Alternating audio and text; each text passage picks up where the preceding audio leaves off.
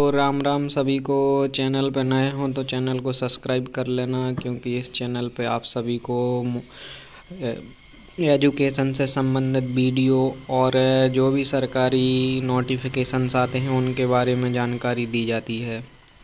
तो देखो, सबसे पहला जो मध्यकालीन इतिहास में विदेशी आक्रमण है, जो पहला विदेशी आक्रमण जिसका हुआ था उसके बारे में मैं आपको बताऊंगा। पहला विदेशी आक्रमण मोहम्मद बिन कासिम के द्वारा किया गया था। वर्ष 712 ईस्वी में सिंध पर विजय प्राप्त की थी। उस समय सिंध का जो शासक था वो राजा दाहिर था। मोहम्मद बिन कासिम ने पहली बार भारत में है जो पहली बार जजिया कर लगाया था, इसको लागू किया। यह गैर मुसलमानों पर लगाया जाने वाला कर था। मतलब इसका आपको पता ही होगा कि जो हिंदू होते हैं, हिंदुओं को मंदिरों में जाने के लिए कुछ न कुछ कर देना पड़ता था अपने लिए, अपने मतलब पूजा पाठ के लिए। तो वो ये टैक्स है। इस विजय और इस आक्रमण और विजय का वर्णन चचनामा में किया। चचनामा में अली कुफी ने किया है। इस वजह से भारत में इस्लामी शासन का आरंभ हुआ था या आधार बना था।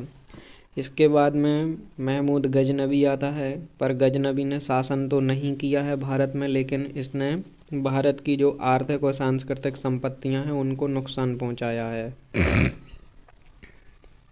ठीक, देखो जो महमूद गजनबी है ना, महमूद गजनबी के द्वारा यह प्रथम तुर्क आक्रमणकारी था। यह गजनबी वंश का संस्थापक था। इसकी राजधानी गजनी थी। ये 998 से 1030 ईसा पूर्व तक रहा। भारत पर इसने 17 बार आक्रमण किया है। प्रमुख आक्रमणों में 1001 ईस्वी में पहला आक्रमण जयपाल हिंदू शाही शासक पर किया था इसने।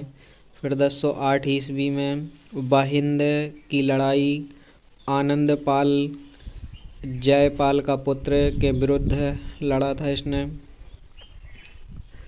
इसके बाद में 1026 ईस्वी में सोमनाथ मंदिर यानी गुजरात पर आक्रमण किया था, जो मंदिर अपना सोमनाथ का है।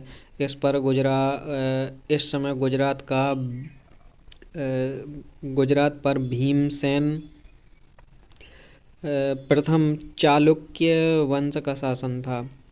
अंतिम आक्रमण 1027 में हुआ इसका।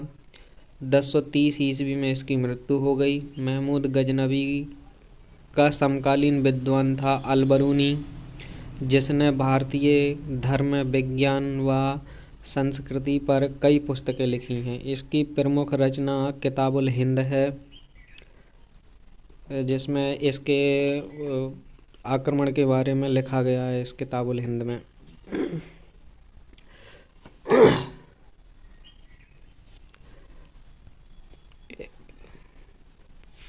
फिरदौसी नामक कवि ने महमूद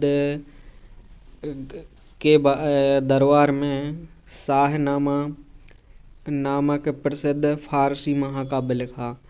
महमूद केवल लूट के उद्देश्य से भारत आता था। उसने यहाँ स्थायी शासन की स्थापना नहीं की।